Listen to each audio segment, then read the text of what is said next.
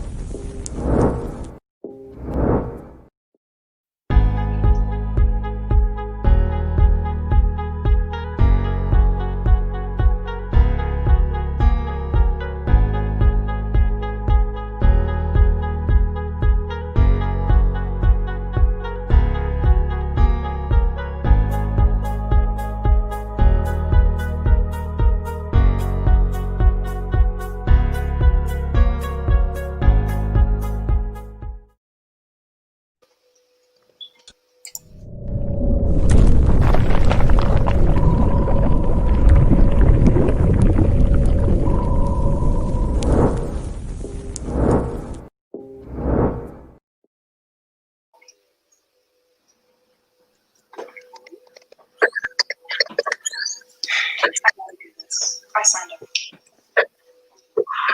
Sweet links.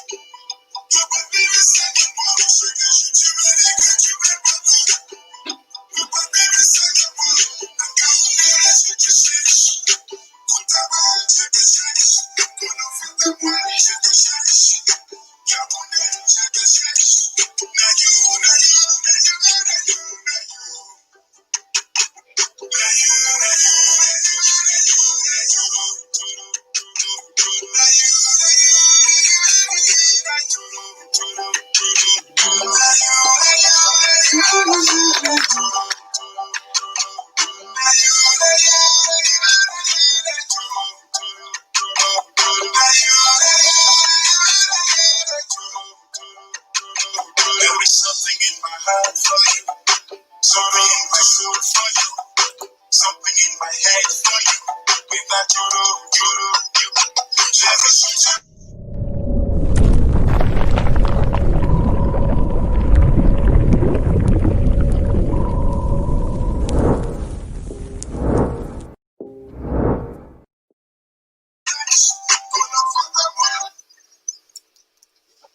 Hello everyone, welcome to another edition of Let's Give It a Voice. Here at the Voice of Hope Media, with myself, AC Mbeng or Clarice Angafor.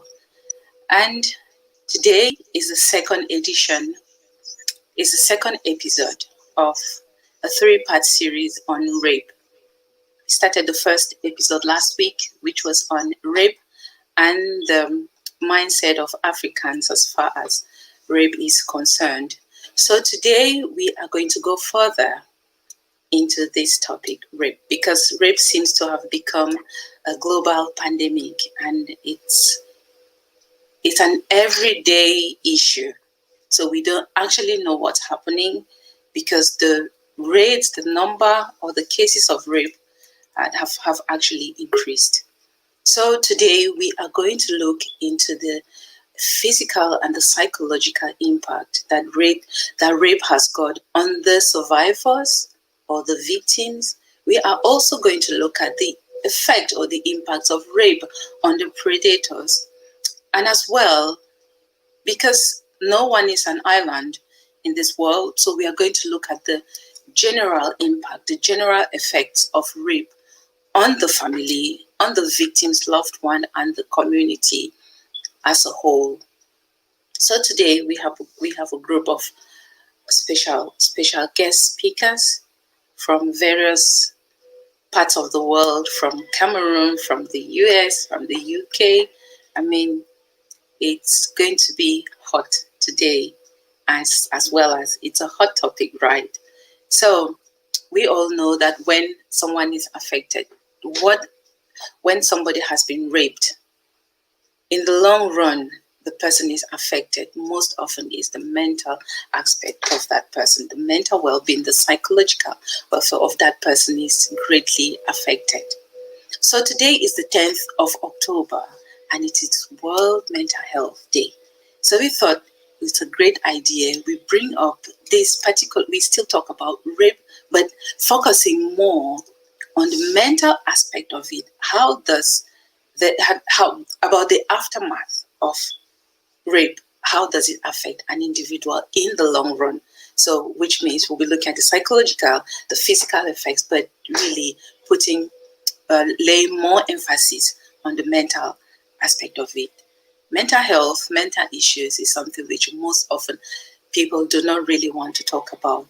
This is a topic we have already talked about several times in this show, but as our aim for the Voice of Hope Media is to educate, is to empower, is to inspire, and is to give hope to individuals and to families who have been affected by challenging or complex life issues, including special educational needs. So the Voice of Hope Media is actually a safe space where people are encouraged to speak up, to speak out, and so that they should know that they will be heard without being judged or stigmatized. And we also lay emphasis on the fact that every experience lived is valuable, is worthy, and is capable of transforming our lives. So as we move on to talk about this topic, rape, we are not here to chastise people. We are not here to lay blames or to accuse someone for you've raped, you did this or you did that, or you said this or you said that. Yes, it's obvious that people have different opinions on different topics, and it all equally includes rape. But one thing which I am really happy about is the fact that so many people are talking about this. So people are amplifying their voices, which means we are actually making a difference. We are encouraging people to tell their stories. We are sharing, we are talking about this, and there's a conversation going on. No matter what dimension this conversation takes, there is a conversation going, and people are feeling more comfortable, feeling more confident, talking about issues which normally in the past they would prefer to sweep them under the carpet. So the more we talk about such issues here at the Voice of Hope Media, the more people are going to feel comfortable. And the more they'll feel confident as well to talk about them, knowing that they will be heard, knowing that nobody will judge them, and also that they will not be stigmatized. So I'm going to pass over to my co-host, Festus Fon, to introduce himself and properly introduce the show as well, while we are waiting for the rest of the guests to come in. Hello, everyone, and good evening yet again. And thank you for joining in. And to our host, my host, co-host, Clarice, it's been a good introduction. And so far, today we are actually going to be shedding more light and bring an awareness, enlightenment on what is currently going on. This is not something that is new, but we are just happy that we live in an age and time where things can be brought forward and discussed and solutions sought after. So today we are going to be talking on this topic on rape. And we know that for most people and those who have come up as victims, they have such an enormous adverse effects on their lifestyles and the way they interact socially, even physically, mentally. So some of these things we are going to delve into today and make sure that we become aware of some of the actions that we do. Because for every action, as we thought, there is an opposite and equal reaction to that. And so we all have to be aware of some of these things. And we are so grateful for such a platform as the Voice of Hope Media, where we all have a way of saying that let's give it a voice. And this is the topic that we are going to give a voice to. And we are blessed to have such an array, a plethora of expertise and knowledge, people that are going to help us and guide us through this platform as well, and to share more light on this topic to create an awareness. So without any much ado, we are going to go straight into our topic for the day. So Clarice, would you do us the honors and start with our guest? Yes. Before we go into start, sorry, if there's anyone who has two gadgets connected to avoid echo, can you turn one of them off, please?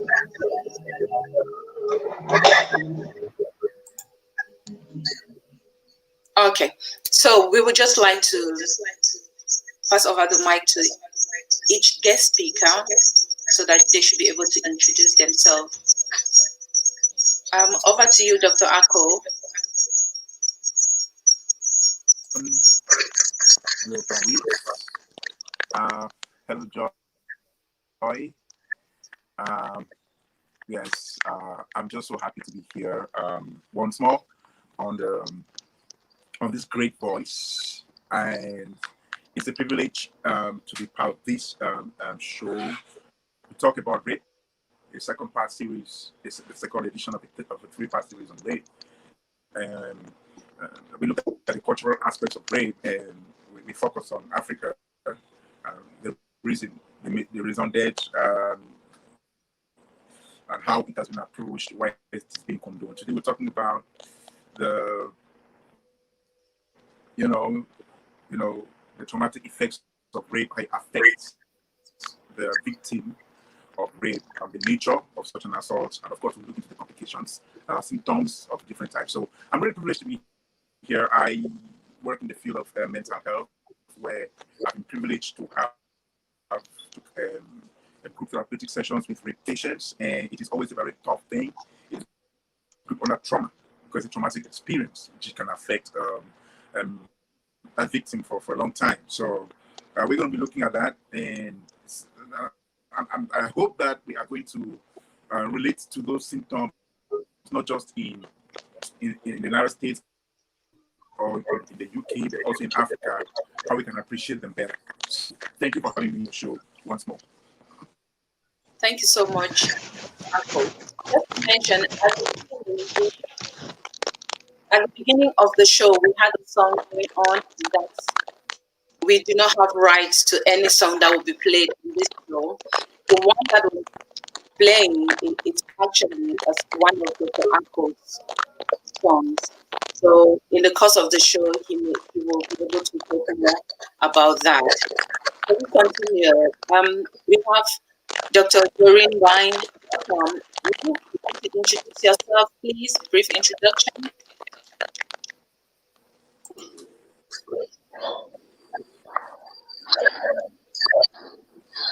Hi, DOREEN.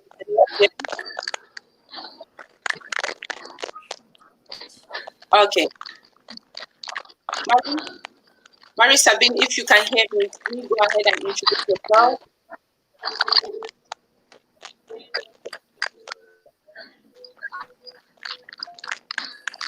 Okay. There seems to be a lot of technical problems. Connection. Yeah.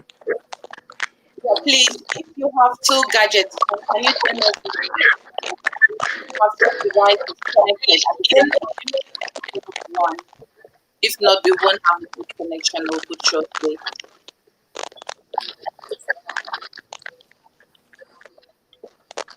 Okay. Barrister Joy Chefu, if you can hear me, just introduce yourself. Hi, welcome to the show, and thanks for honoring our invite.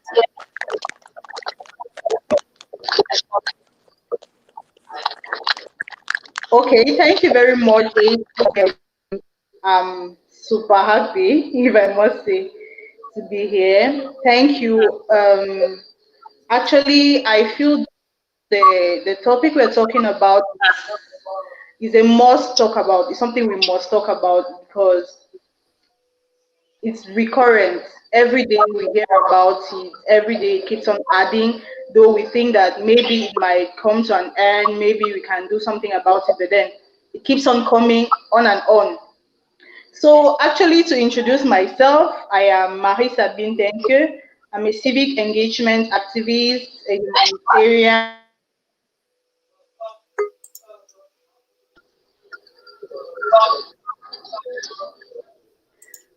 So I'm mostly into migration and refugee issues, mostly surrounding illegal migration, how we can move above it, and how we can impact other people. So basically, that's what's know about me for now. Okay. Thank you so much for that. And welcome once more to our show. Thanks for honoring our invite. So, Okay. Barrister Joy Chefu, over to you.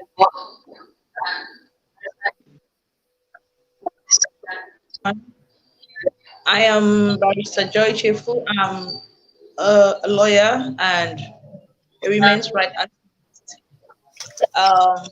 I'm glad to be on this platform this evening, and I'm happy that so much is happening and lots of people are talking about rape because we used to talk about rape in the past for many years now, and people were not taking us serious. They were like, I remember last year when we had a walk around to criticize and rape, someone was asking me, is this thing really true? So I'm just glad that we are on this platform talking about rape. We're getting more people involved and more people to know about what is happening. Thank you. You're welcome. Thank you so much for honoring our invite, and we are really happy to have you on the show today. So, how we are going to deal with our topics today? We are going to look at the physical reactions, the physical effects of rape on the victim and also on the entire family and the community. We are also going to look at the emotional effect, the psychological or the mental effects of rape. We are going to also look at the impact of rape on our loved ones and also the impact of rape on the entire community. Then, one thing which I would really want to specify or I really want to talk a little bit about on this show is to lay emphasis on the fact that on the Voice of Hope Media, we aim to educate, we aim to empower, inspire, and give hope to people who have faced challenging or complex life issues. And these issues, rape is also one of them. So, what I would like to emphasize here is that it is good that we are talking about this topic. It is good that we are looking into measures, into ways of how to help the victims. But I would also like to plead with you guys that as we are discussing, one of our questions before the end of the show will be on how to help a predator or a perpetrator. So we will also talk about that as well. What is it that we can do to help them? What is it that we can do to them to make them go, to make them come out as well without being chastised, without being stigmatized or being killed? Because there are so many comments out there that, well, if you touch my daughter, if you do this, I will just cut your whatever off and you just be killed. Yes. It's such a painful thing, it's such a painful and disgraceful act what they do. But I want to think that they themselves are also suffering in silence because they are ashamed, they are afraid, they won't want to come out clearly. So we are going to talk about that as well. Because on this show, we do not chastise anybody. We are educating, we are creating awareness and looking into things which we can do everyone. So we will start with Marie. What would be some of the physical effects? Let me just bring in the other speaker. Yeah. So Marie, if you can hear me, what are some of the physical effects of rape in the victim? Yeah. Okay, like first of all, I would like to thank you once more for having me, AC. I would like to say that first of all, it depends on each and every person. Depends on each, based on how based on how healthy you are, or based on the different kind of medical conditions you might have had before the rape happened, or based on your general health condition. Actually, so some can actually. I would like to mention that rape, it must not be physical. It must not be physical at all. It can be emotional without actually being physical. Like the person has traumatized you sexually in such a way that you just feel that you have actually seen the scene happen before it even happened. Like you visualized everything, though it has not happened.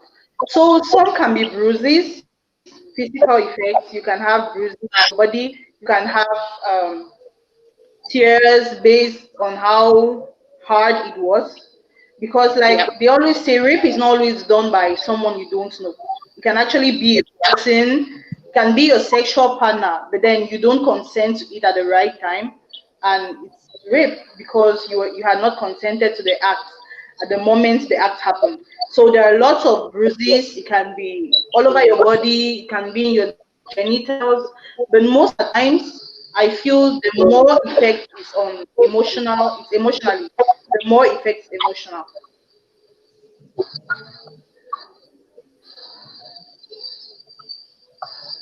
Okay, you're right.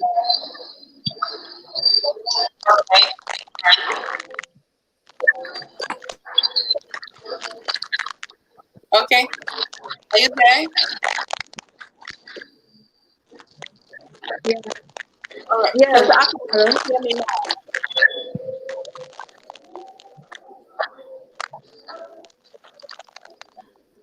Indicate if you can hear everyone. Just put the thumbs up. If you can hear everyone.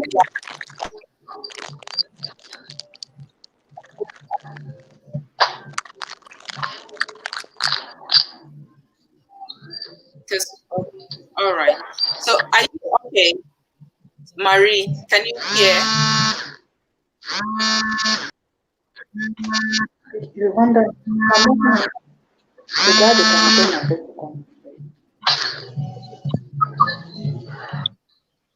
All right. So I think some people cannot really hear everything. That's why some are dropping off. So are you done with what we're saying, Marie?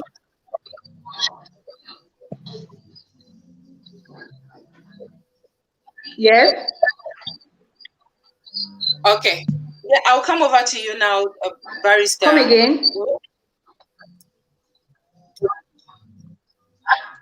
Yeah, Barrister. over to you now. Do you have anything to add to what Marie said as far as the physical effects of rape are concerned? Actually, she mentioned bruises. I don't know if I heard bruises. I don't know if she talked about bleeding, and there are also broken bones for very young children. I don't know because network was a bit shaky, so I don't know if I heard exactly what she said. But I know for physical effects of rape, you will see bruises, you will see broken bones, you have bleeding for some women, especially kids, and stuff like that. So that is just what I want to add to what she said. I could not really hear her. All right. What about the emotional effects of rape on an individual? Yeah, when you talk of emotional effects, you always have depression. For most people who have gone through rape, they Mhm. always have depression, and they always have suicidal thoughts. Some of them are always just lost when you're talking with them. You think that you're talking with somebody, you are engaged in a discussion, but she's not listening to you. The person is completely lost, and you're all talking by yourself. And by the time you tap the person, it's like, "Hey, are we together?"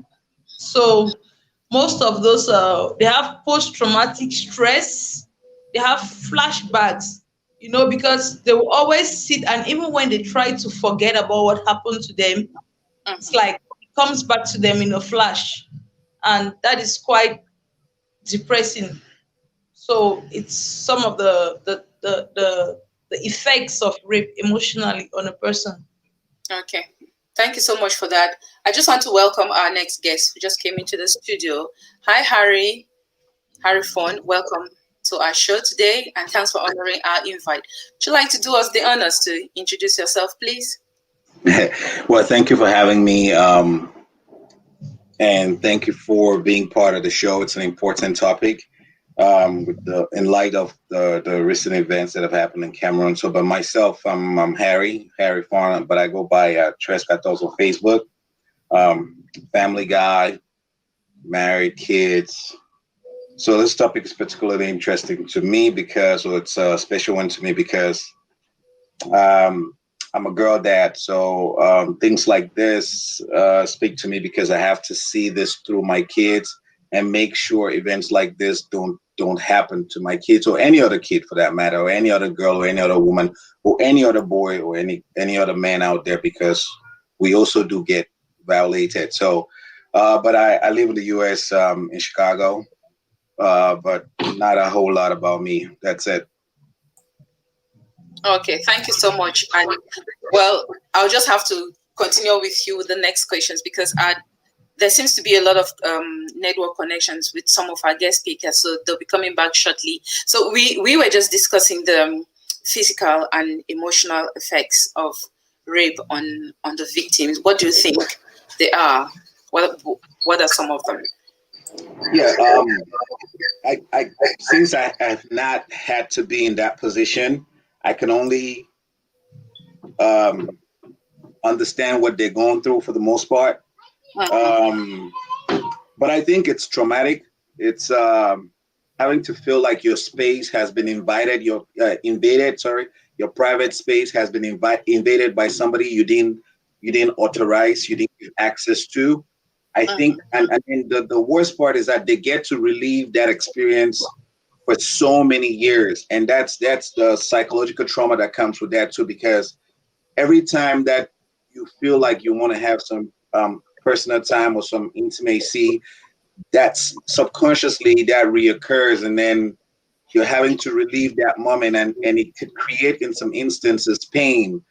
I've had friends who have narrated me their story, and it's gut wrenching when you actually get to picture yourself in a position where, even though you've passed that you've actually moved past that experience, the pain is still constant. It feels like it just happened. It feels like it's a cut that just occurred. right? And so for me, I feel like it's physical, it's present, it's constantly with you, and it's emotional. It continues with you. It continues to hurt you for a very long time. So I think that rape. I don't know if we that people that have not lived through that experience understand the severity of it, understand the extent to which the victim itself, the victim of rape, goes through. So I think that even if we say these things, you have to, but I'm not wishing this on anybody, but the people that have lived through this experience have a different tale to tell, or a different narrative to tell about their pain and suffering. Yeah. So thank you so much for that. So would you think someone who has survived an attempted rape will have the same? Will that have the same impact on someone who has actually been raped before? Because I know quite a few individuals actually fought and they survived and they succeeded in fighting their predators. Do you think that can still affect them in the long run? It's going to affect them, but it would never be the same, right? Like an actual rape victim and somebody who survived, they have the trauma that I almost got raped, right? So there's the trauma that for them, it's easy to heal, right? It's easy for them to move on and get along. The person has to live with the scar that I actually got raped, I actually got violated. But in the process where you did survive, let's say, for example, murder and attempted murder. If you got killed, you got killed. If you survived the murder, you live to tell the story another day, right? Yeah. But somebody who got raped has the scars. I have to live with this, like your narrative is always going to be different than somebody who, and they're not making light of any one of the issues. Somebody who almost got raped also has to feel insecure in some kind of ways, but it's a lot easier to walk out of that. It's a lot easier to heal from that environment than somebody who actually got raped. Okay. Well, thank you so much. First, I'll hand this over to you for the next question. What do you think? Yes, this question was going to go to, I know if it's online or so. Harry, I'm going to come to you. Right. Okay. We know because you've just make mention of the fact that about scars and what goes on with people, and we do know that, and we believe that scars don't really hurt, but they sure do remind you of something that happened in the past, right? So I think we could all agree on that they do. Scars don't hurt anymore, but they do remind you of that. So I would also argue that as a result of that, they do leave vestiges on your mind and maybe have an effect on you, but not only you, but also the people around you. That's what I think. But what do you think? Do you think these effects, these scars that they go through, do they have adverse effects on loved ones around them? Or how do you think this plays out in the real world? So this was one of the questions that I saw in the chat group, and for me it's a little different, right? Because oftentimes rape victims are not forthcoming, and especially when the rape is within the family. You know that a lot of rape does occur within the context of the family, and they usually don't put that information out there, and so the victim is having to deal with that information all by themselves.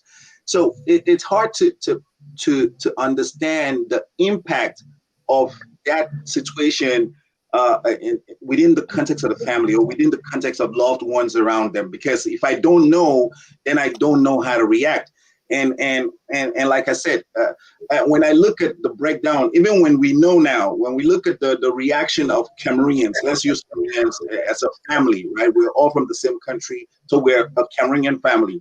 So when we look at Cameroonians and how the majority of people, or a split section of people reacted to the Daphne case, then you want to ask yourself, are you able to empathize towards some other person's pain?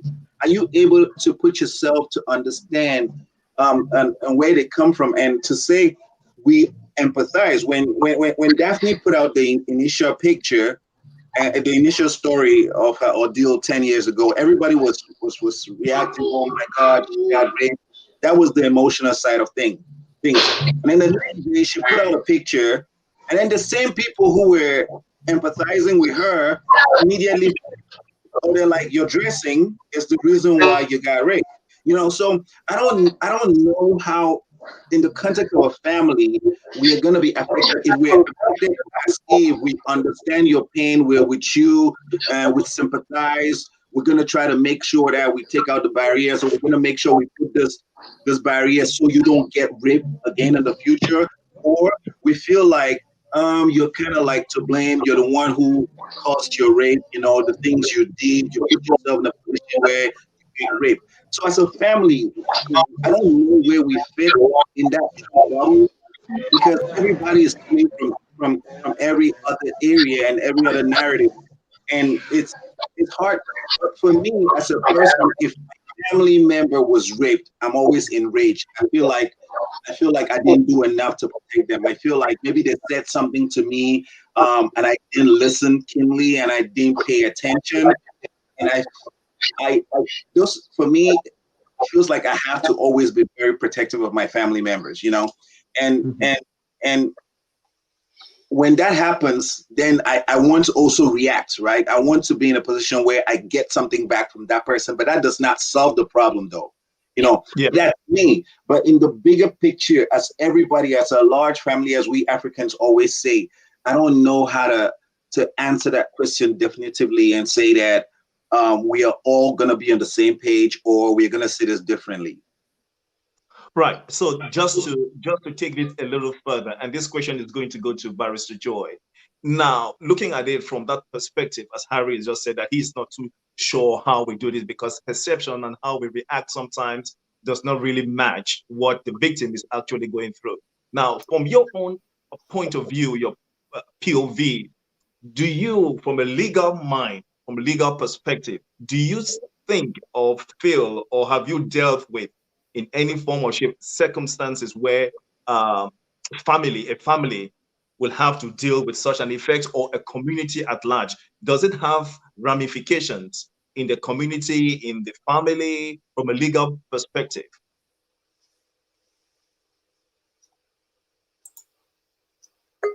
A young girl was raped by her stepfather, and this family did not want to talk about it.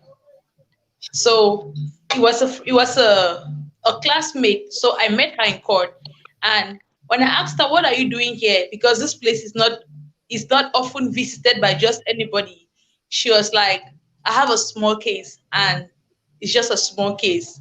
But unfortunately, the course list of the cases that are supposed to be judged on that day, it's always public. So when I saw her matter, I saw the crime that was against it. And I was like, hey, I have to talk to this girl. I approached her. She was ready to talk, but her elder sister, whose child was raped, didn't want to talk. So you see that there's always a stigma that is attached to rape, and because it's mostly in the family cycle, or it's always about somebody you know. Because, like I always say, most cases of rape are around the family cycle, around your neighborhood. It's rare for you to just be passing by the street and somebody grabs you into a bush, and it happens, but the perpetrators are never far off. So when I had to talk with her, I was able to convince her to talk, and she spoke out.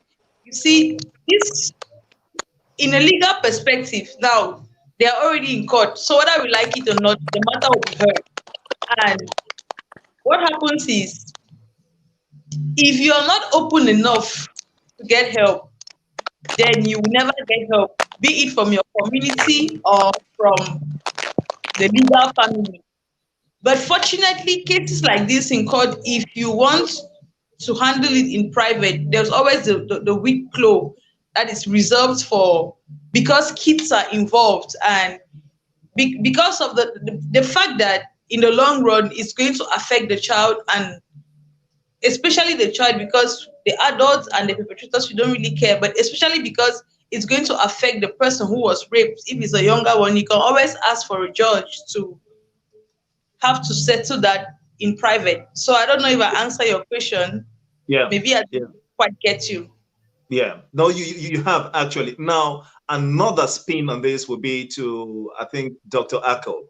I think because I know he has a passion for mental health and the psychological impact that humans go through. And today, since we have the spotlight is on rape, so I would just like to ask you this question: do you consider this with your medical background that there are some psychological impact on people that have actually gone through or have experienced or came close to rape?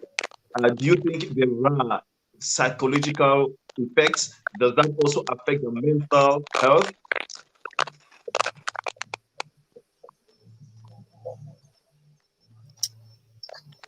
Hello, Dr. Ako. Hello. Um, Can you hear?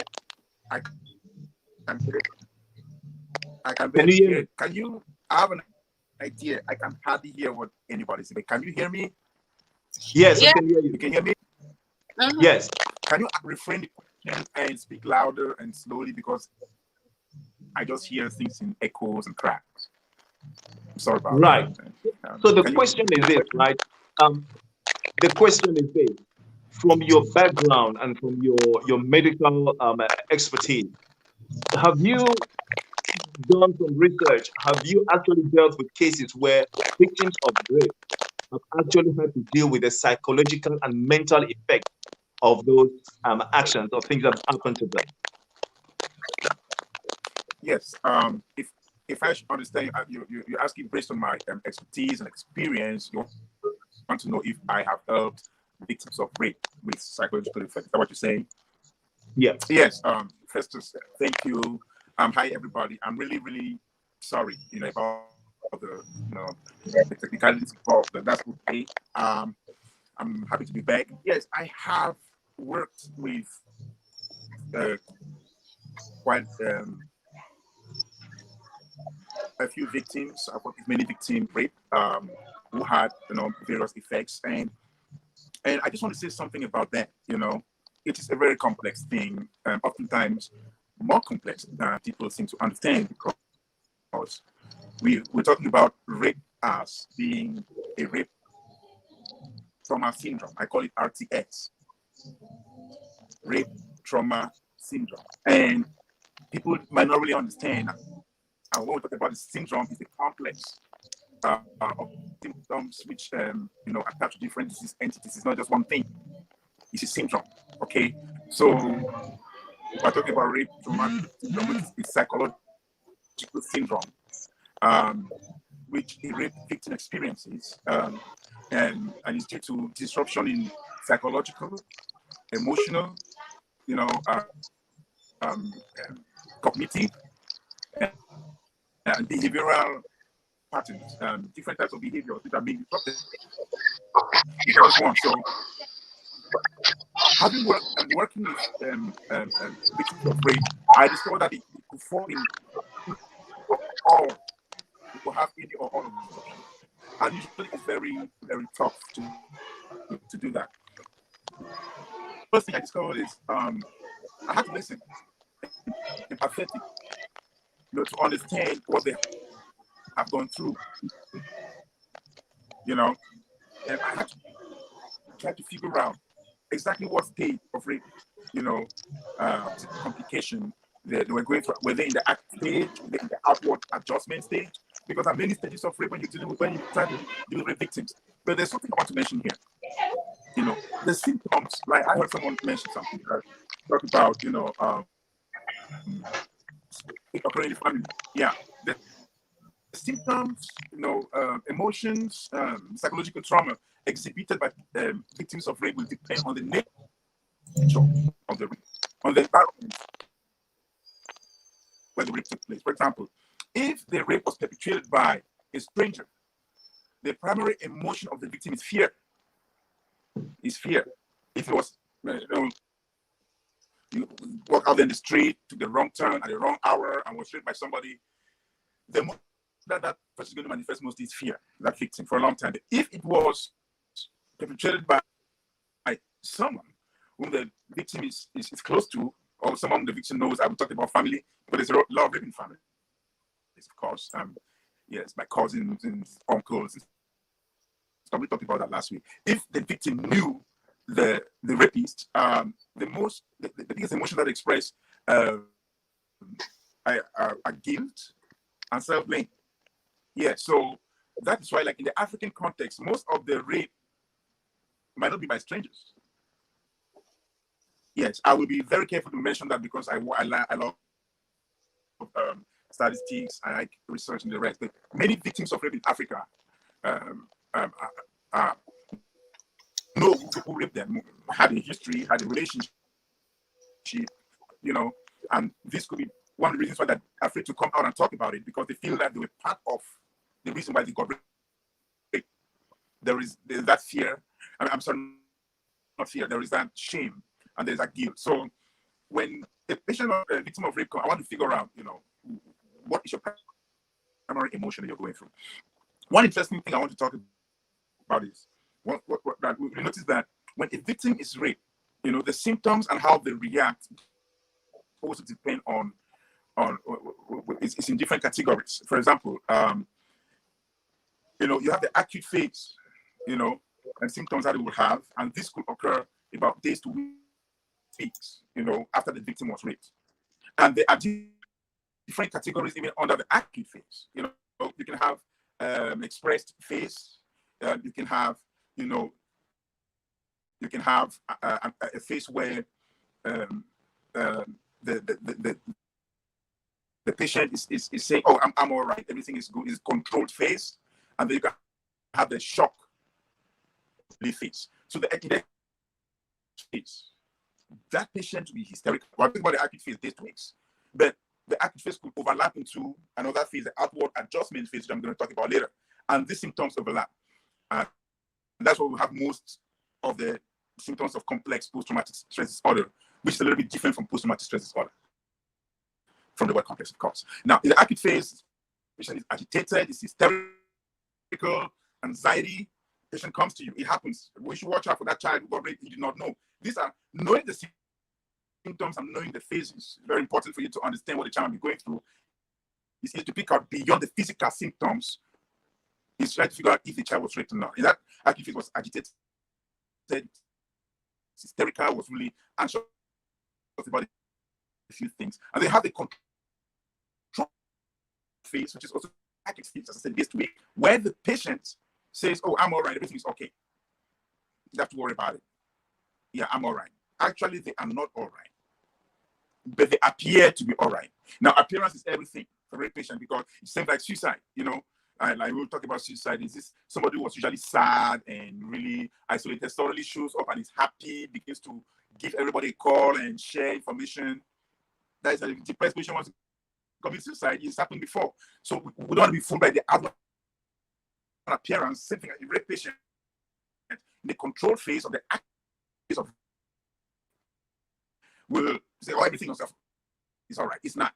And the third phase, in the acute phase of rape, is the shock. In the shock phase, this patient loses focus, loses concentration. Sometimes finds it difficult to recall events. May that explain the underproductivity incident in the active phase, so that will explain why the child doesn't do well in school, because she was going to a drastic drop in academic performance in the child. And so that will explain that child might be active phase of rape, more specifically, in the shock phase. So working with patients takes a lot of patience, and it takes a lot of understanding and empathy to understand exactly where they are. Now, going back to Africa, you see, our African folks are ignorant of these things. That's one of the reasons I did not take rape very seriously. Because, for example, you cannot be depressed in Africa. You're not depressed, you are sad. Go there, you are sad, you're going to be all right. Don't mind, you're going to overcome it. No, that's not depression. Clinical depression is an entity. So if we understand that it's a single act, it might have been 5 minutes, but has affected this child psychologically, has affected child emotionally, has affected the cognitive function of the child, intellectual capacity of this child. It has disrupted the child's living for a long time, for life.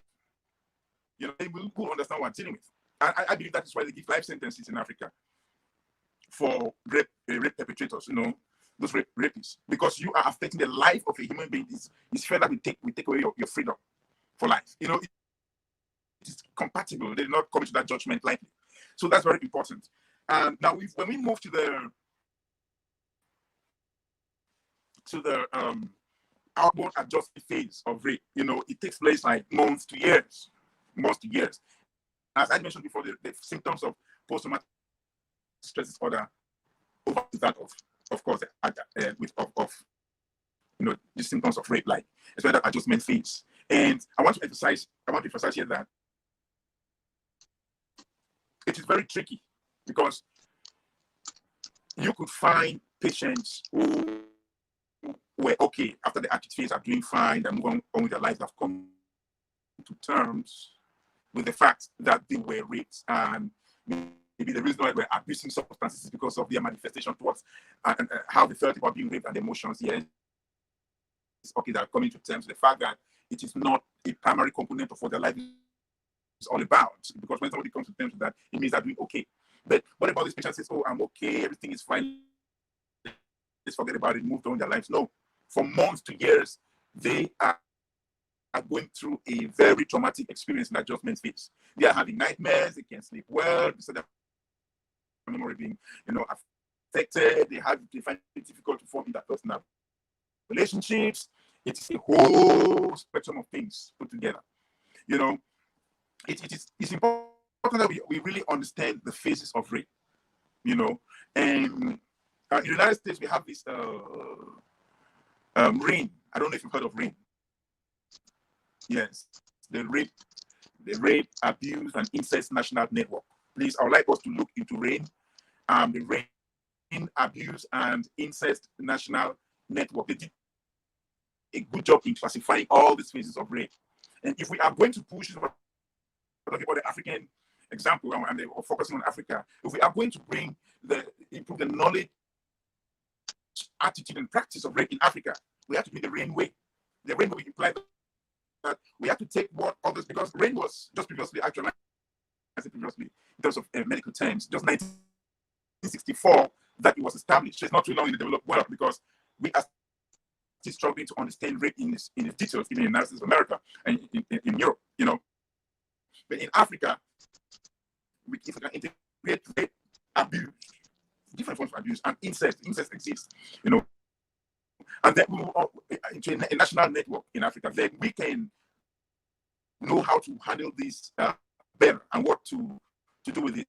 Because as it is, the way rape is being handled in Africa and being approached, not just by the legal system or by the populace who have a very poor knowledge as in practice towards rape, but also by the medical practice, is very poor. It's not well handled. So if we can, the RAIN approach is RAINN, Rape, Abuse, and Incest National Network, is enlightening us about rape in such a way that we are not just going to look at the girl who got raped, we look beyond the girl who got raped into the syndrome that passes this girl who got raped, how her life can be affected from the first day she got raped, and it could be affected 20 years ago. Because she's a very cute girl, she's very beautiful, she went to Harvard, and she comes from a great family, and you meet this beautiful girl, you want to get married to her because it's time for you to get married. But what you did not know is she was raped at the age of 10.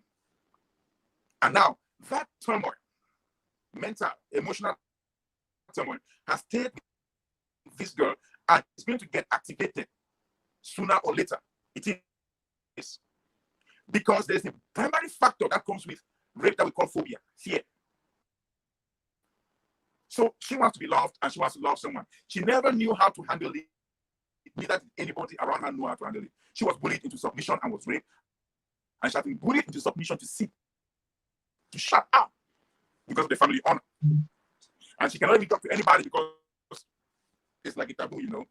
It's a stigma. She doesn't want. So she grows up and she's 25 years old. She's gone to school and thought everything was fine. But something was deep down inside that she had to control. So she's very careful when it comes to stuff like this. be very careful when we approach stuff like this. And I hope that as we have more time in the course of the event, I'll be able to shed more light on that. Thank you.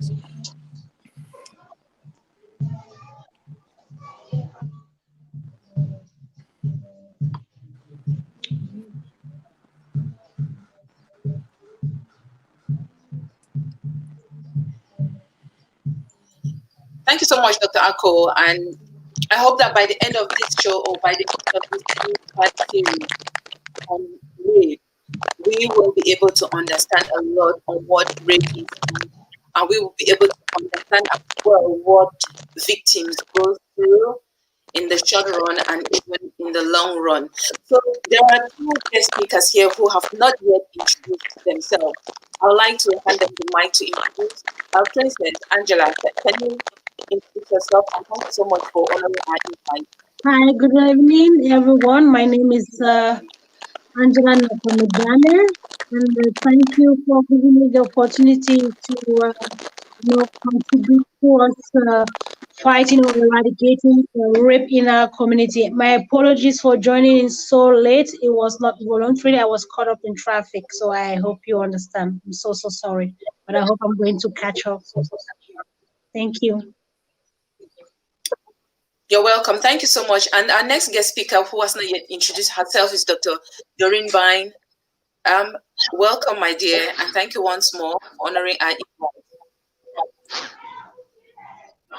Can you hear us? Introduce yourself. DOREEN?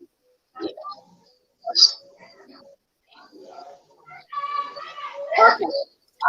We will continue when the network is okay. Let's introduce myself.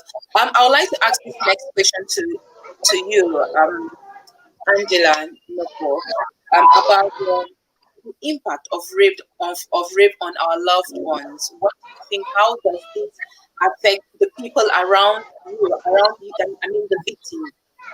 Because when someone is raped, it doesn't only affect the victim, but it affects people around it. What do you think about this? Thank you so much, Clarice. Without doubt, the consequences of rape does not lie only on the survivor. I will always say survivor. For me, that is a better term to use than to say the victim. Okay. It's a consequence that is shared, especially because we don't live, we are not even in space or wherever we live in the community, and like the biggest part of it or the smallest part of our community is usually our family. I would take an example, or if I have a sister now or a younger sister that has been raped, and the fact that maybe my sister or my brother used to be my bestie, me being her sister, because I thank Dr. Ako that really elaborated on some of the consequences of rape.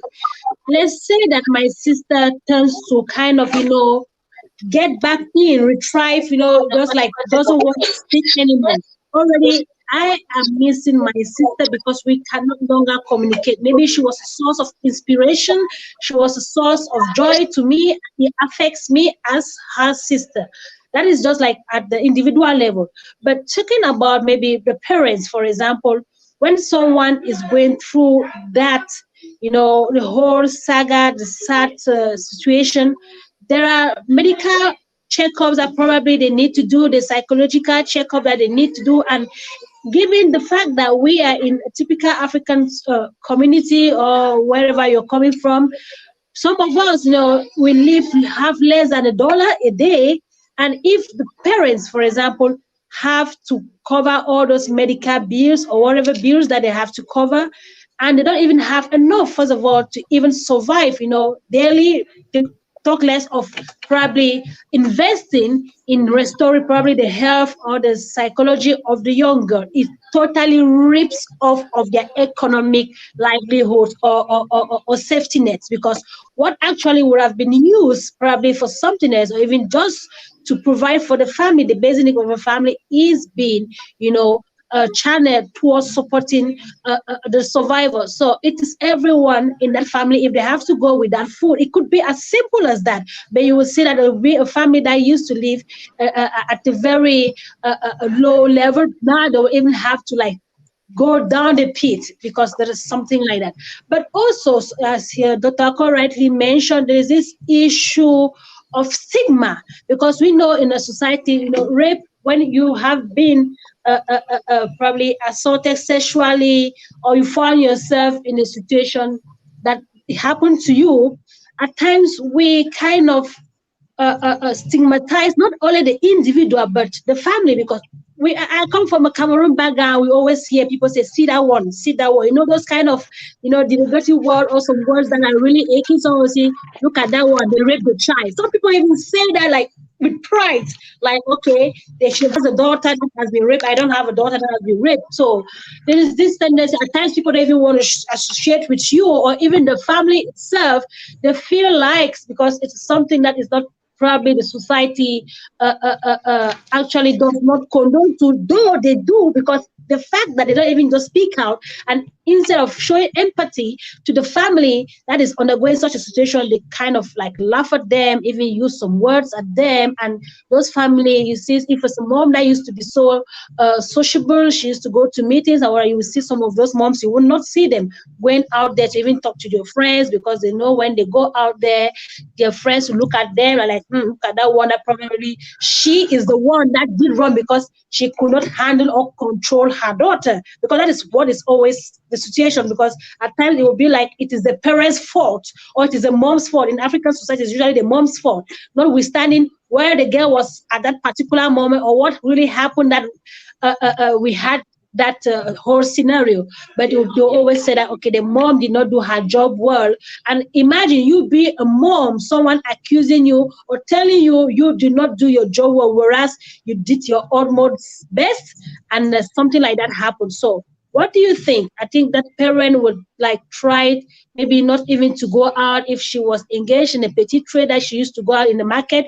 We have seen a lot of Nigerian movies that have taught us a lot, because I think that is what really happens in our society. Though we take them lightly and we laugh at things for fun, it's usually like that. We see people gather in the market and we look at that one, we should not talk to her. The daughter is going to teach our daughters how to start having sex very early in life. So it happens like that.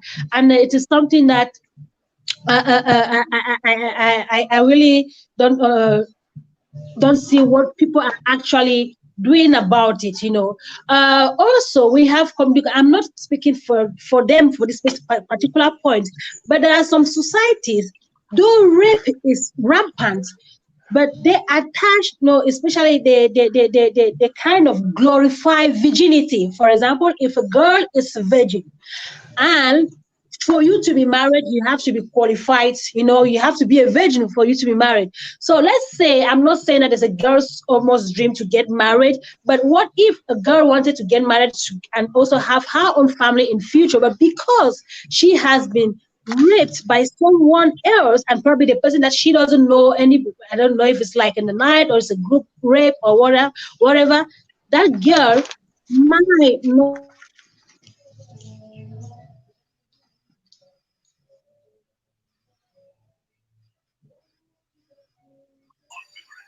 I think we've lost her there. There's something she said that if there's a rape survivor in a family, and if it happens to have been a family that was struggling, let's say financially, it will have a more impact on that family. So I'm tempted to ask, does it will it mean that sometimes families do not take up a case, a rape case? Will it be because of financial difficulties that they cannot really handle? I would like anyone to answer this. Can that also be a reason why some families do not take a case up when someone has been raped in a family? Harry, what do you think? Or Barrister Joy, any of you? I'll leave it to Joy. Joy, go ahead and. Okay.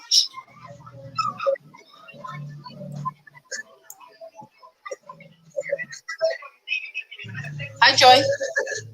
Yeah. I think that, can I talk? Yeah. No. Yeah, I think that some families actually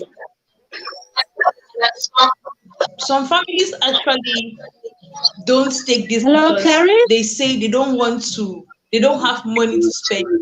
I'll tell you the little story of the girl I met in court last week. Last week, I came across a 5-year-old in court for rape. So I was there for another case, and they and the case. So the father of the girl came with this 5-year-old, and when they came in front, the judge asked, "Why are you here with a kid?" He could not answer. So I immediately understood what was happening, and then I told the guy to wait for me outside. And I told him I was going to take up your case. When I said, I want to take up your case, he told me, I don't have money to pay you, barrister, please. I don't have money to pay you. I don't want to do this. I don't want a lawyer because I cannot afford a lawyer. So I told him I was taking up your case for free. I wasn't asking you to pay me. But this is what happens. The legal procedures in Cameroon are usually very costly, and I'll put costly in quotes and very long. I'm not putting long in quotes. When I say costly, because even when they tell you that something is free, like they tell you a procedure is free, you come to court, and the moment your matter is already enrolled in court, from time to time, you'll be expected to spend. There are times when it's unexpected. There are times when nobody will tell you, like it's not official for you to do it, but you understand that for you to go through this procedure smoothly, spend money. That is at the level of the court. From the very basic level, which is at the police station, because I always advise people that if you have a matter, it's better for you to go first to the police than to go to court, because it's going to be time saving and it's going to be less costly. Now, if you are standing in front of a police, if he is not a very responsible and right thinking person, most of them, in fact 90% of them, will not take up your case and work it to the end. They will take it up, you write a complaint, you will drop. A complaint is free. Nobody is supposed to pay. Their services are supposed to be free. All of that is in principle. But if you don't have money, at some point, he comes to his office, the file is that lying in front of him. He doesn't want to attend to the file. He tells you he doesn't have money. He's not motivated to work. So he expects you to motivate him. And now, if he's not motivated to work and the perpetrator comes and he has money, the perpetrator will obviously motivate him. And when the perpetrator motivates him, he's normally going to work according to his own way. So this means that at the end of the day, you might not have justice like it is supposed to be. So in most cases, you have these cases of people coming and telling you they cannot forge ahead with their case because they are not financially viable, which is very true.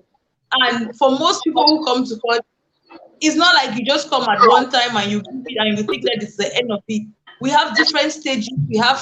The procedure keeps evolving, and at different stages you will need to spend. So if you're coming to court and you're not financially viable, if you're not mentally stable, then you cannot even see that procedure to the end. It's not easy like that.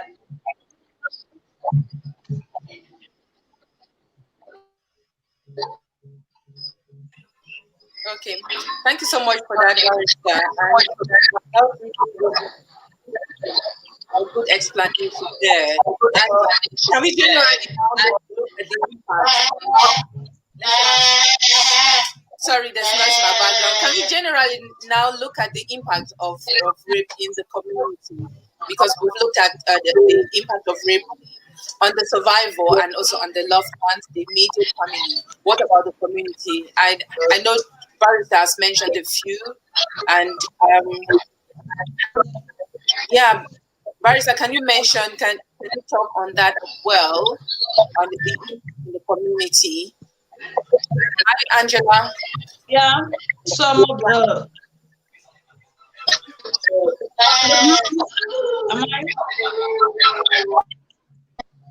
Can I go ahead? Okay, some of the impacts of rape on the community. Is it is it the Harry or somebody talked about the okay, so Angela. She talked about the fact that there is stigma and people are always pointing. That is something that is very, it's in fact it's normal for us in our community. Let me say in the Cameroonian community, and that is why I made a post on Facebook when Daphne spoke up about her rape incident, and I said people need to create safe spaces for victims of rape and sexual abuse to be able to come out and talk. Because, first of all, our community is not welcoming. I don't want to talk about the other aspect people were talking. I just want to, when Daphne talked about this, I read some of the comments on Facebook before she even came up, before the other part of dressing even came up. I read some of the comments on Facebook and I was very disappointed at how some people could react to a story like that. Some people talked about, in fact, I don't want to see some of those things because I was actually very pissed off. But when you read the comments, and if, for instance, somebody is on your timeline or your page and the person is reading the same thing you are reading, if the person is a victim of rape, that person will obviously talk about it because the person doesn't want to have that same kind of backlash when they talk about their situation. When I put up this post, I encouraged people to talk and they should forget about whatever thing people are saying. Like, you should make yourself a safe space, starting with you. How do you treat somebody who talks about rape? Do you make people around you who are victims? Because trust me, there are lots of victims around us. We might never even know, but unless we have proven to them that we are welcoming to their stories, they will never come up to us. So when I made that post on Facebook, the next day, two people reached out to me. I had a lady who is in the same church with me. I have never known she was a victim of rape, but she came out to me. She sent me a voice note. She couldn't even face me. She sent me a voice note explaining to me what happened to her about 3 years back. The next day, I met a friend who is he's a what do they call a military man, and for a person like him, you will never even understand that he went through sexual violence. He's a strong man. He is very positive, and I was surprised that he narrated his story and he told me that he had been a victim of sexual violence. Now, what happened if I didn't create that safe space around me? If I didn't make them to understand that these are stories I'm interested in and I am ready to help anyone who comes around with this kind of stories, then those people will not feel comfortable talking to me. So when we talk about the community, I always like to tell people around me that you as a person, you have to be a safe space. You have to create that environment, that friendly environment where somebody who is a victim of sexual violence, rape, whatever, can be able to come out and talk with you. My aunt once told my cousin, "You're going to get married to that girl. You didn't tell us in time. We were supposed to investigate to know if they have somebody in their family who is a rapist, somebody in their family who is a thief." Yes, my aunt said that. And I looked at her and I said, "Ma, what did you say?" She said, "Yes, that we don't, in our family, we don't marry just any kind of person. We investigate their families first." So you see the kind of mindset people have. And until we begin to talk about these things, until we begin, I had to school my aunt. She's my aunt. Yes, she might be 40 years older than me, but I had to tell her, I said, "Mama, you don't say that. If somebody in that family is a victim or somebody is a rapist, does it have to be the story of every other person in that family? No, it's not like that." But until you have these conversations with people, until you talk with them, our community will always remember what it is. I mean, until we change the narrative, unless we bring up these conversations more often and we talk about it with our fathers, our mothers, our cousins, our aunts, we need to talk about these things. And I, for one, I tell my family, I tell them every day. The day I took oath as a lawyer, one of my cousins said, "I'm going to do everything I want to do now. I have my background." my backbone. She would defend me every time. I told him, fine. But let me just tell you this. I don't defend people who are against the law. I will not come to your help. Know it. And surprisingly, just 2 weeks ago, somebody called me and said, this had been locked up. I said, what did he do? They said he slept with a 15-year-old. I said, really? Let him rot in jail. I was that wicked. And everybody was like, are you serious? And my mom shook me. She said, you need to go to his help. I said, no. I want him to be able to learn. The message should go across that there are things you don't do. And the moment when I school you and I tell you that this is something you should not do, you should know that you are not supposed to do it, because if you do it and I come to your help, then you will do it again and again, because you know I was there for you. So our communities have a lot to learn, but until we start talking about these things and breaking the barriers, because some of these things too are taboo topics, until we start letting people know that they can get help and we make them understand that a victim is a victim and it was never her fault in any way or his fault, and we need to bring up these conversations more often. So that is what I have to say for now. Right. Now, that was a very good. Can I say something? Yes, I'm going to come to you. I'm going to come to you, Harry, to continue with this one. And this nicely leads into what I was going to ask the men on the platform.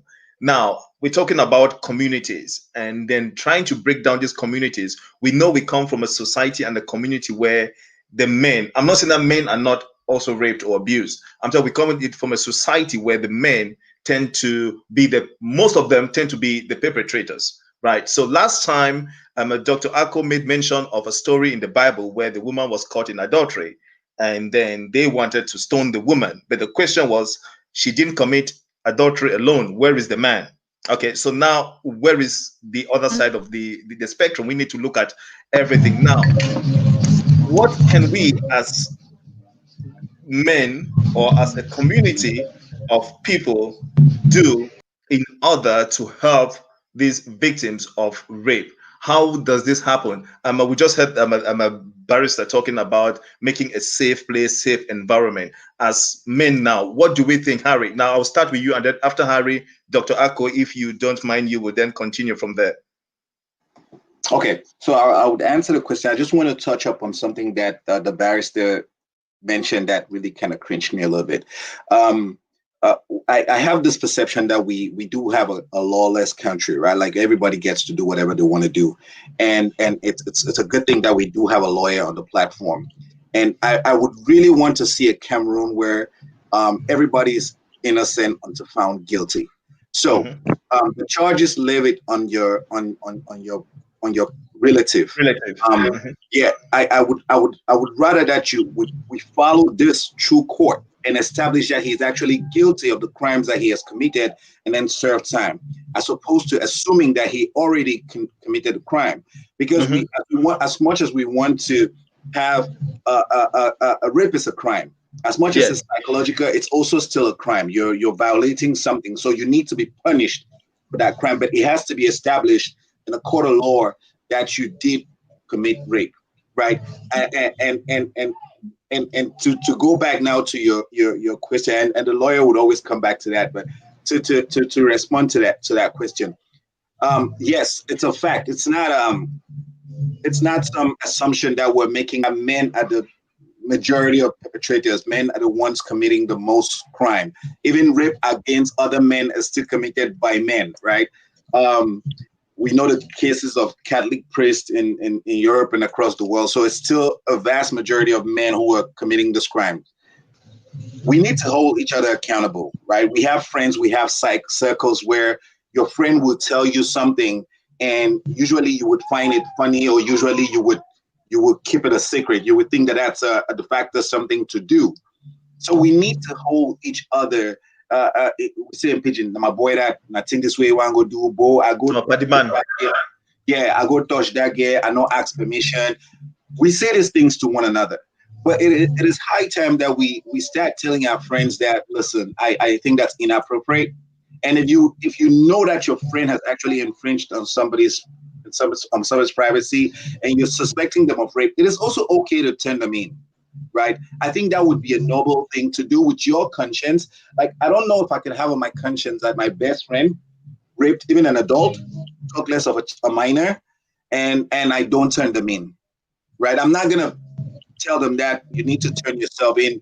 I have to be able to deal with my own conscience. I have to be able to deal with my own self, that I watched that happen. I let that happen. So as men, we need to hold each other accountable. If you feel like you have a friend who has a tendency to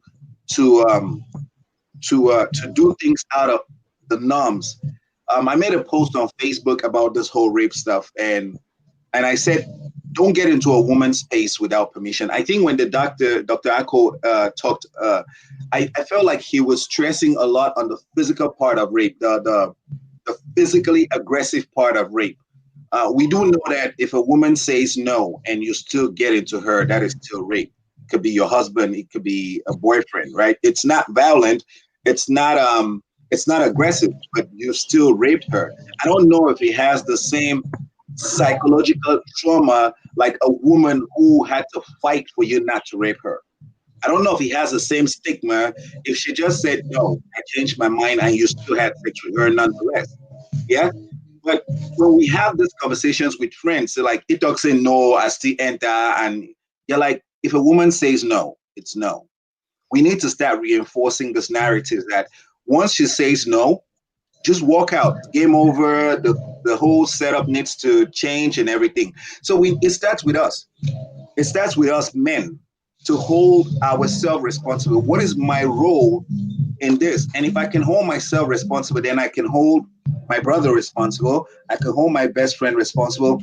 Then once you're able to hold your friends and your guy friends and your relatives responsible, then they in turn hold their own friends and their own relatives responsible. So we start having a network of responsibility sharing, that we each hold each other accountable for the actions that we do. And that's the safe space that Angela was talking about, that we could start to create, right? We start to create that safe space. The safe space is not only an environment for you to tell us what happened, but a safe space is that you can trust us, that once you say no, we can walk away. As hard as it is, we can walk away from the situation. So it starts with me, and then I can then channel that to somebody else. If I cannot hold myself accountable, then I can't hold somebody accountable.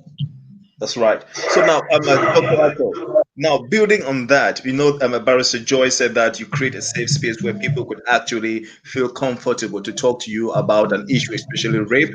And then we've heard Harry talking about not being able to hold one another accountable, as well as part of creating that safe space for these discussions to be dealt with.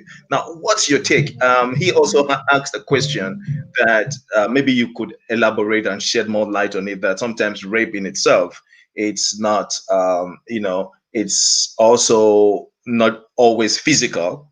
Sometimes it could be when they even say no, and then you do, even husbands and wives sometimes, which is strange within the African context, or Cameroon in particular, that hey, I'm married, it cannot be raped.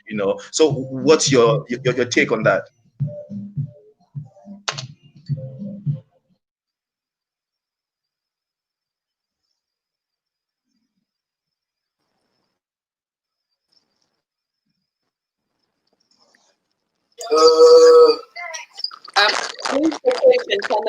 Is it Dr. Ako or Dr. Angela? Ako.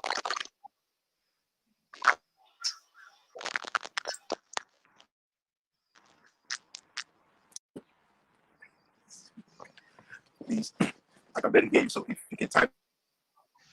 Right, can you hear me? Question, so I can get it on a.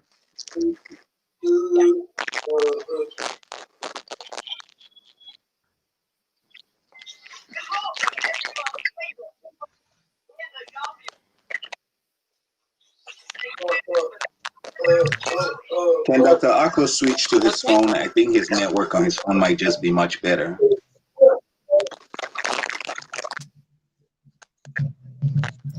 Can Angela answer the question while Dr. Ako is getting ready?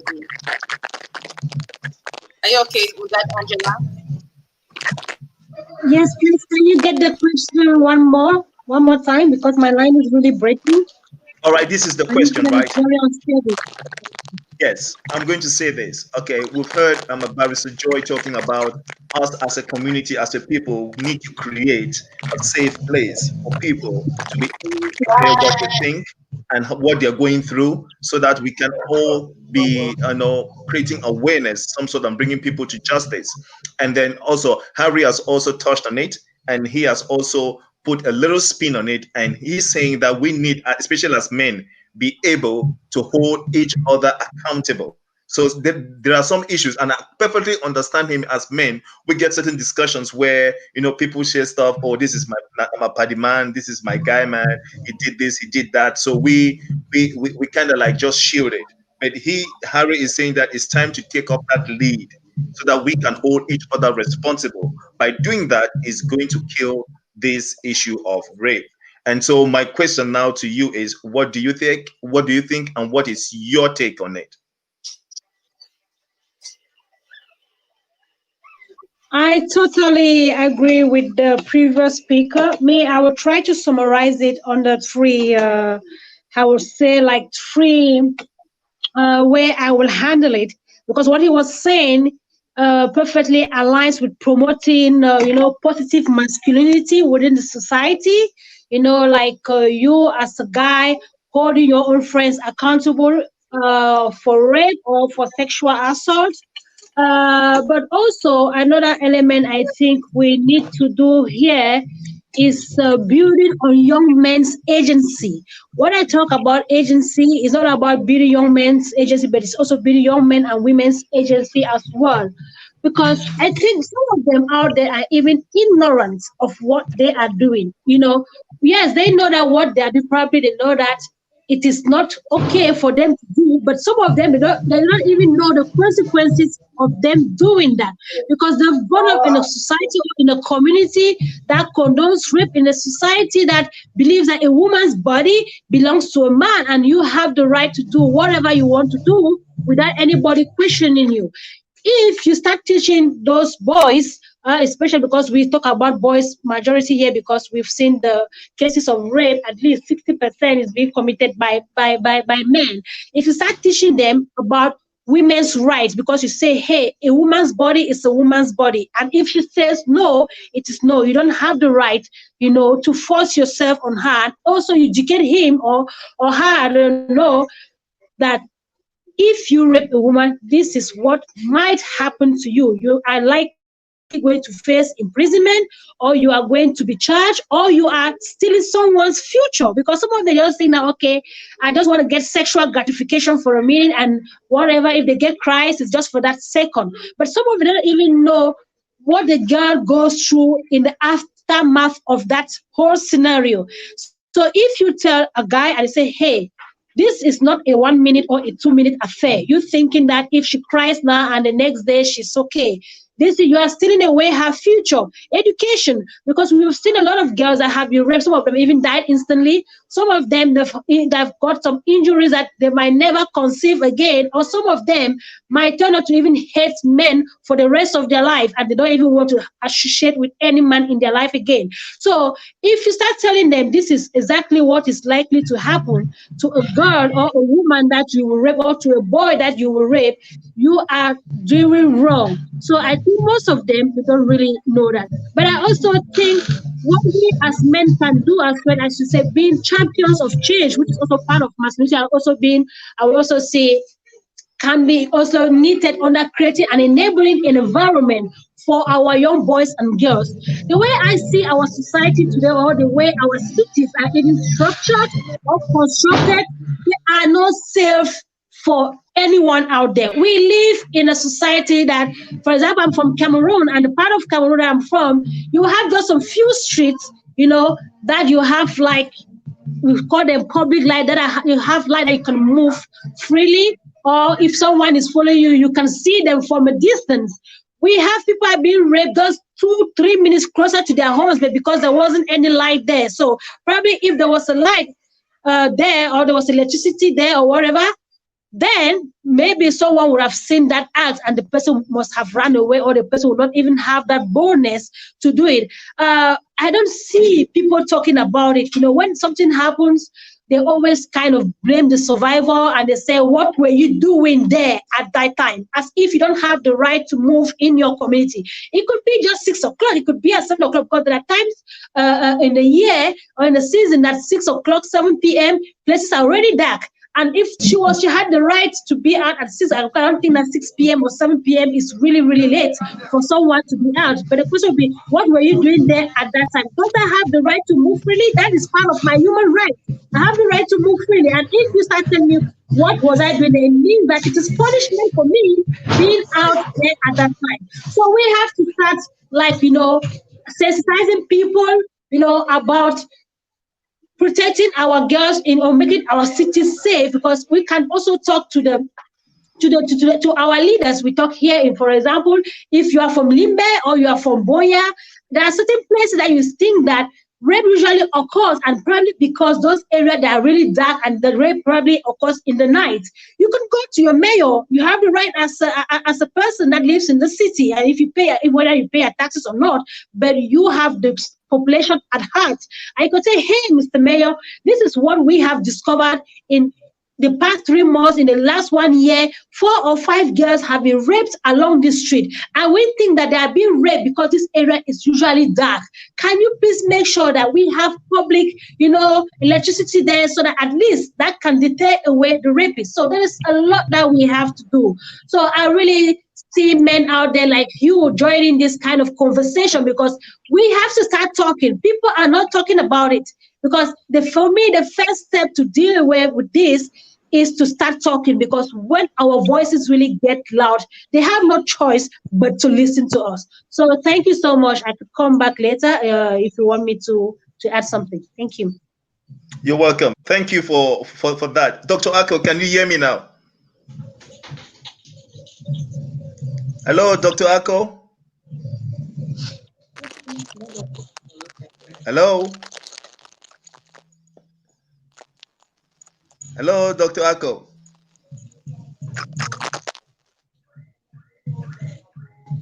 Right. So we are going to now move on to the next part. Now, we've just been hearing what Angela said. Now we go to the last part of this segment. Now, she made mention of certain points that are positive that could bring about change. But I just want to ask the other members of this panel, right?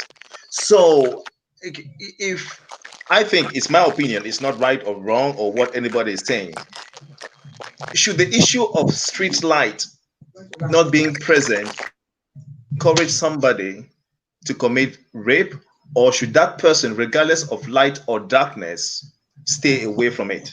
And the other side of this coin is this: do we also think that maybe the legal department need to be a little bit tougher, harder on certain crimes, like rape or any crime should be classified maybe in the same category? You're going to serve time. There's no twist or turns on this one. Do we think these are some of the issues we're dealing with, or do we think that maybe, I'm not saying that Angela is wrong, I'm just saying that if we all put street lights on every corner in Cameroon, do we think the rate of rape is going to drop, or do we think that is an issue but not so much the main issue?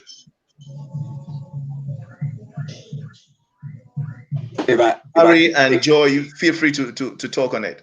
All right.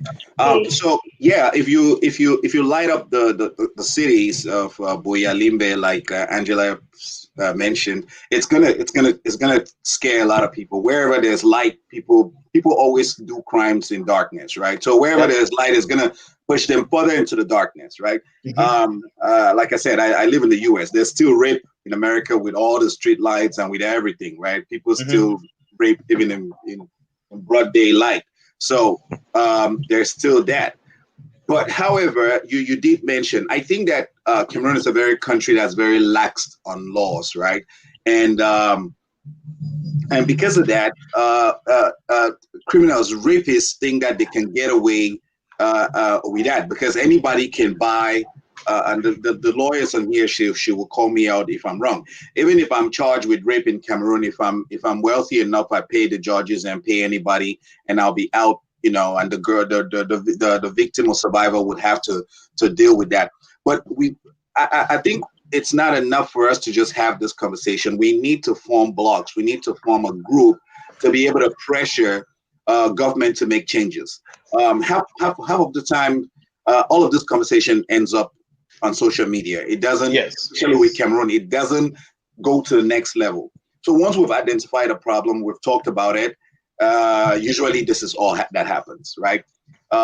We need to then form a group, a pressure group to be able to take this conversation to the people that make the laws, the parliamentarians, the mayors, and the ministers, right? And say something needs to be done. At the point in time when a woman comes to the police station and says, a woman should not be going to court to put in an order for that she was raped. It starts with the police station because they need to do an investigation.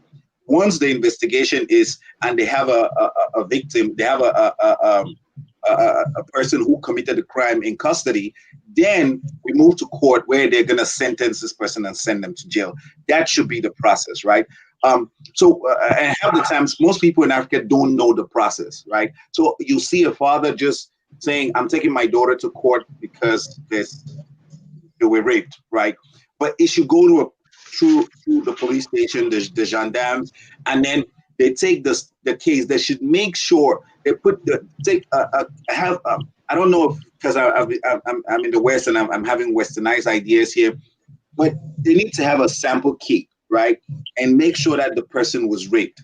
If they were raped and the doctors confirm that this person has been violated, right? And she can point safely, right? Point who the victim is. They take who the perpetrator is. They take the perpetrator into custody. All of this happens within under a 24-hour period. Maybe the person does not even know, and let the police do what the police does. Take the person into custody, do the investigation, find them that credible that they were there, and then move it to court. Let the court find out that you committed rape and you're going to have 5 years. Now, if we do this across the board, if enough people go to jail, if enough people lose their freedom, then the message travels. Then you know that the country is taking this seriously. Then you know that if you do this in the future, this is what is going to happen. So then we've narrowed down to the very small amount of people who are going to do it because they're just meant that that's what they're going to do, right? There are two kinds of rapists in a setting where I did not think it was rape, right? I thought she said no, but she meant yes, right? They're those kind of people. And if you then lock up somebody like that, that travels across all of those kind of people. And then there are people that just don't care, right? There are people that are mentally sick. Well, not mentally sick, like they're going to be labeled mental, but they're rapists. They're certified rapists that those are the ones who do the violent, aggressive rape. Right? These ones, no law is going to scare them. This is who they are. This is what they're going to do. But the law thing needs to be in place to still lock this kind of people up. And I don't think Cameroon is doing. I don't think Cameroon is doing enough to protect women, even with the feminist movement. Cameroon is not doing. The government is not doing enough to protect them. We've had conversations at length on this.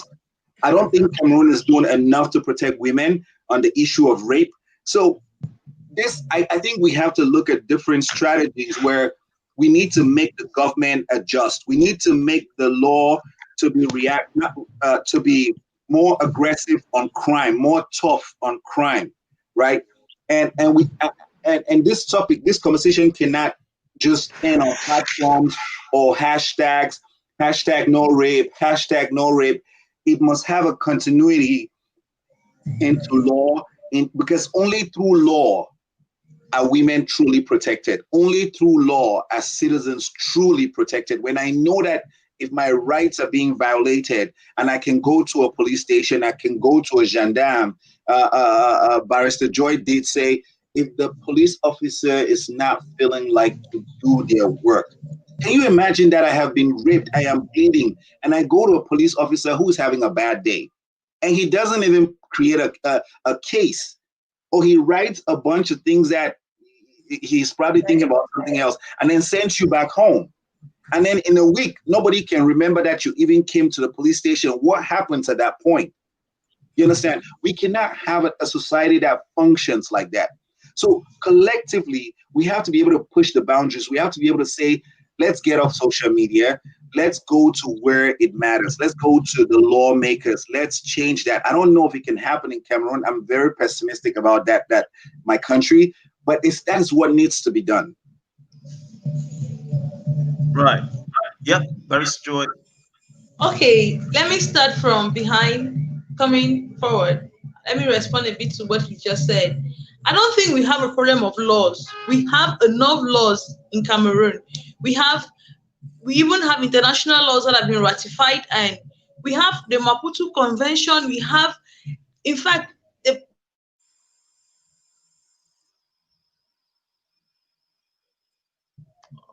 there are too many laws in Cameroon.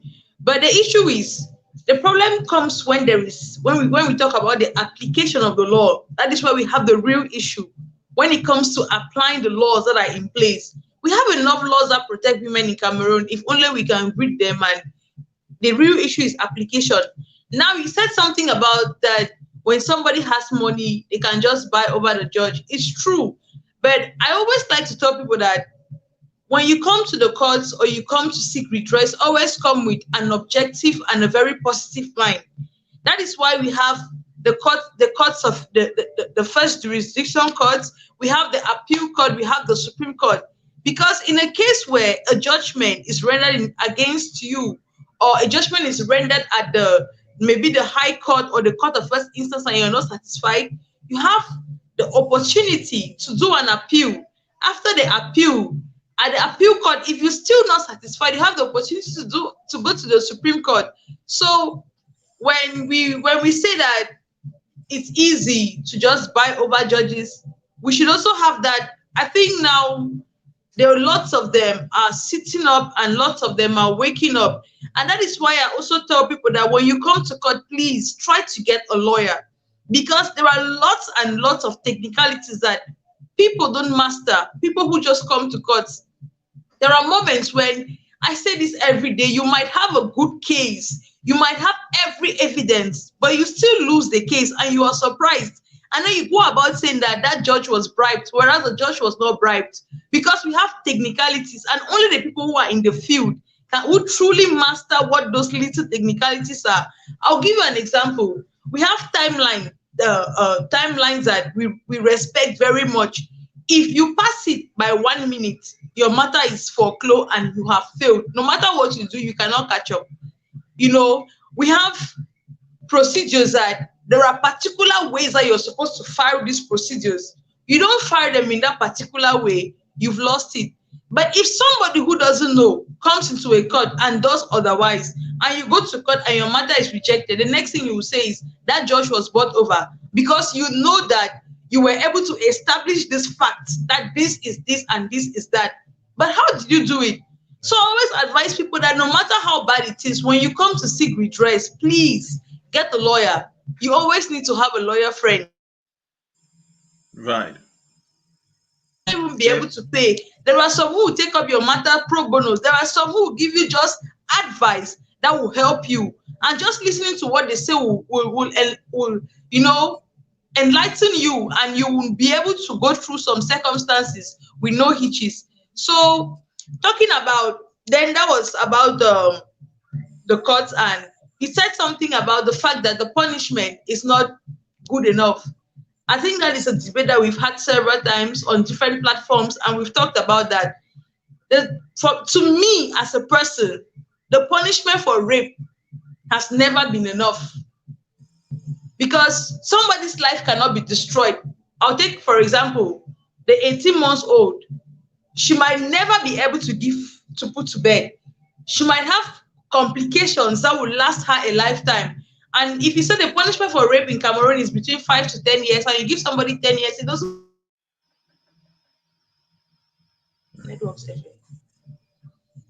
The punishment doesn't meet up.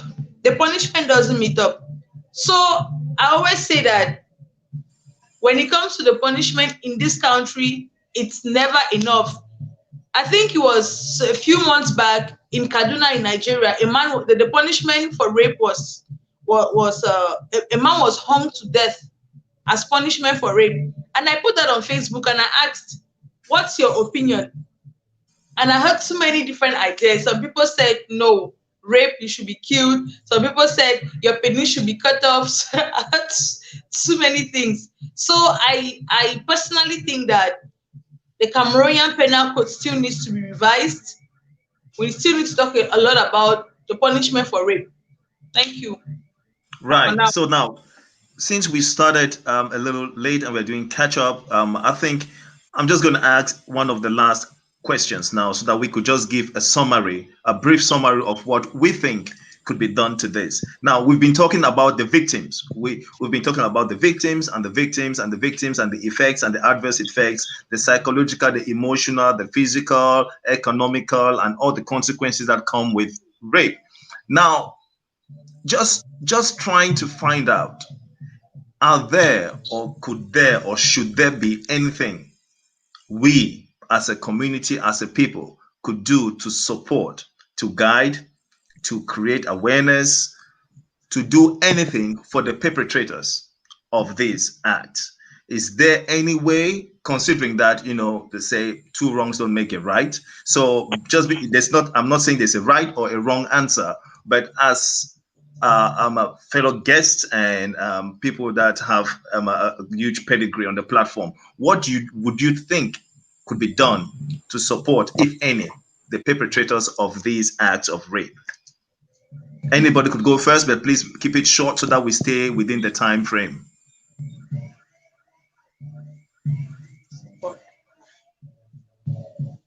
Angela? Okay.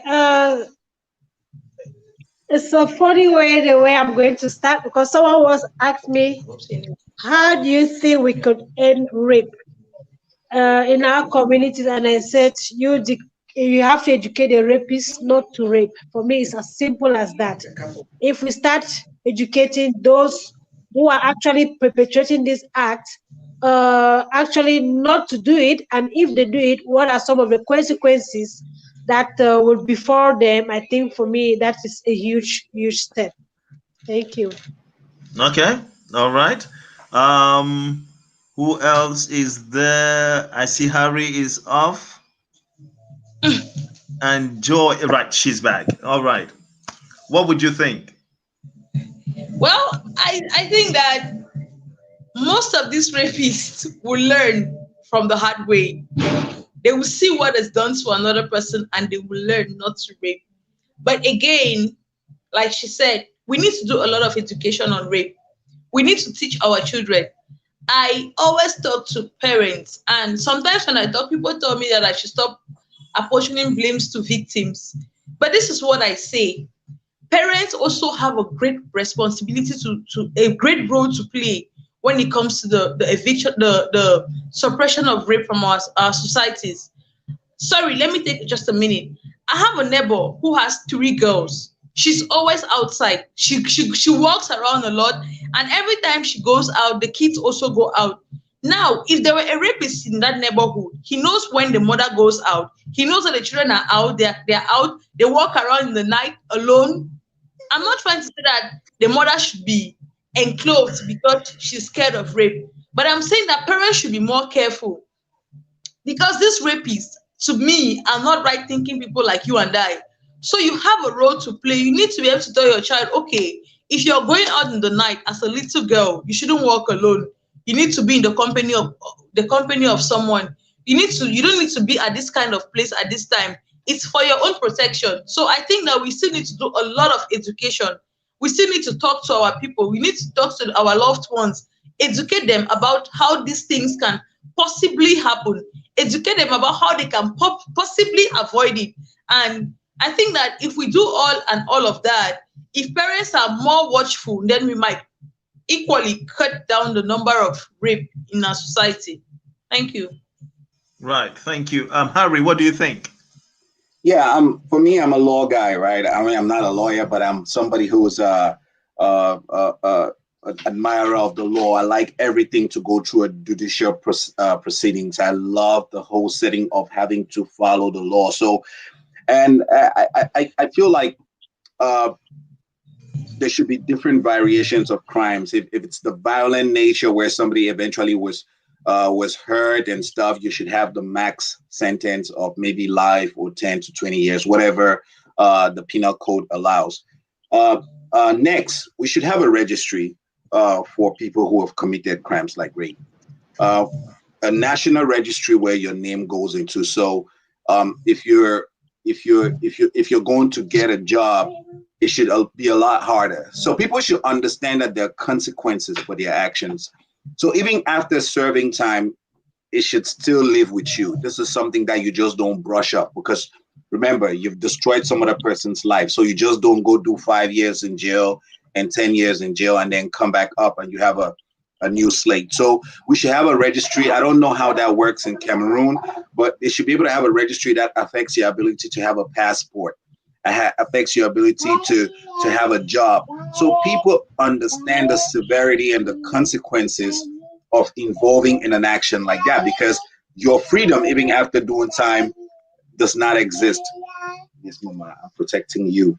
Yes. So your freedom does not, your freedom does not stop. We should be able to sorry, my daughter kind of took my train of thought away. We should be able to educate, like I think somebody said here, we should be able to because we cannot just, the crime is the immediate action. That's what just happened. But the remote action is that we let this thing over time degenerate, right?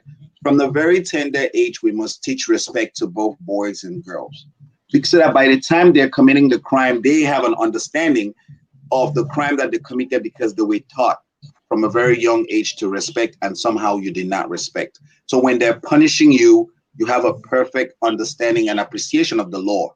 So for me, it's more so a legal thing, right?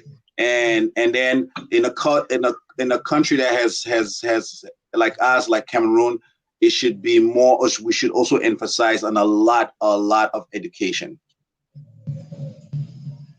Right.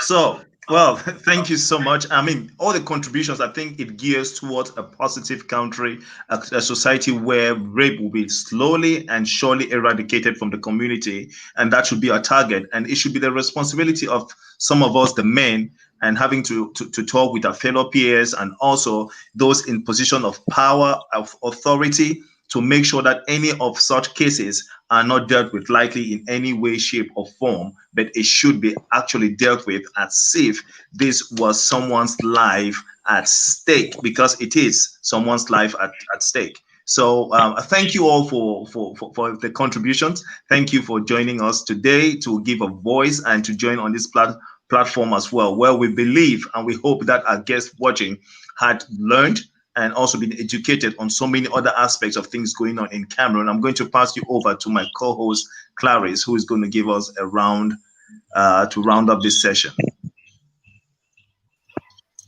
Thank you so much, everyone. And I really want to appreciate each and every one of you for sparing your time to be on our show today.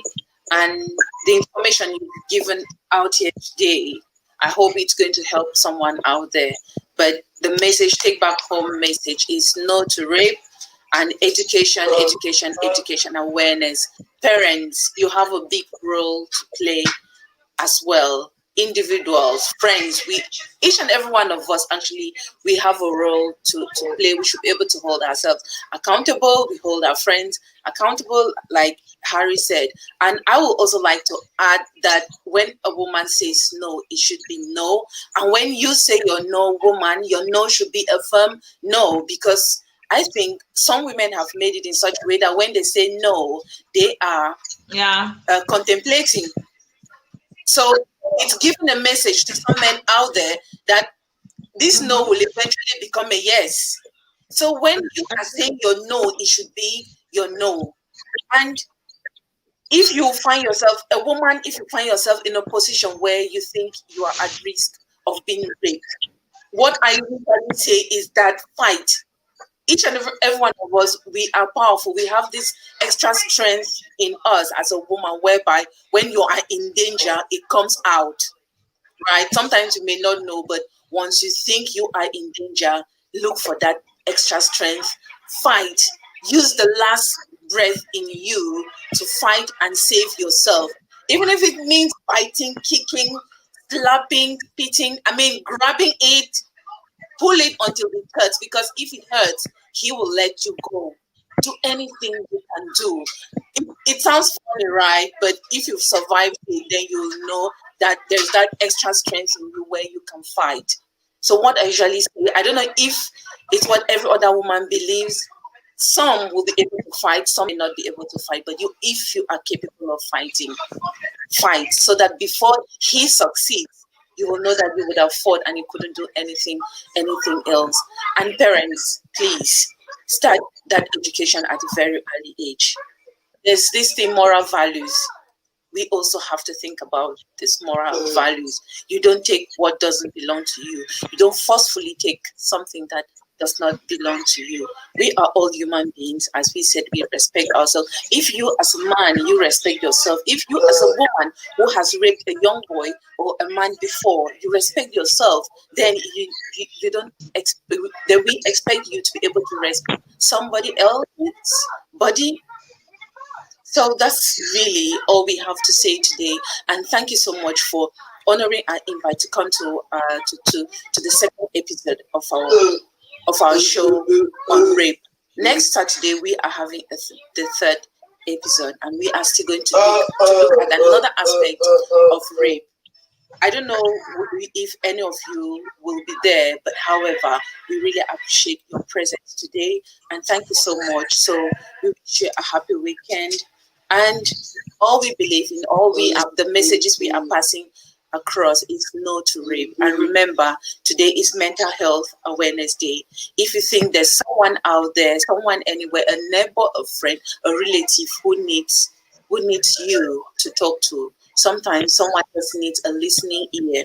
Sometimes someone just needs an encouraging word to feel better, because each and every one of us out there, we are fighting a battle that sometimes people do not know. So if somebody reaches out to you, no matter what approach that person uses to reach out to you, give them a listening ear, ask them. They may have something to tell you, but they don't know the right approach, and they are coming to you. So please, let's guard our egos as well. I remember a few weeks ago, I reached out to someone, one of our famous motivational speakers out there. So I reached out and I had something to discuss with him, but I started with a question. And his reaction towards me, I was embarrassed, and I was really worried that this person who calls himself a motivational speaker will react this way. Because I started by asking a question, and he asked me, why do you think I should answer your question? So let's be each other's keeper. Let's be able to listen out. Somebody might have a message, might have something to say to you, and they do not know how to approach you. So we should always be ready to listen and be able to help. So thank you so much. You have a nice weekend, and I'll talk with you guys in the group. Thank you. So have a nice weekend. Bye-bye. Thank you, guys. Goodbye.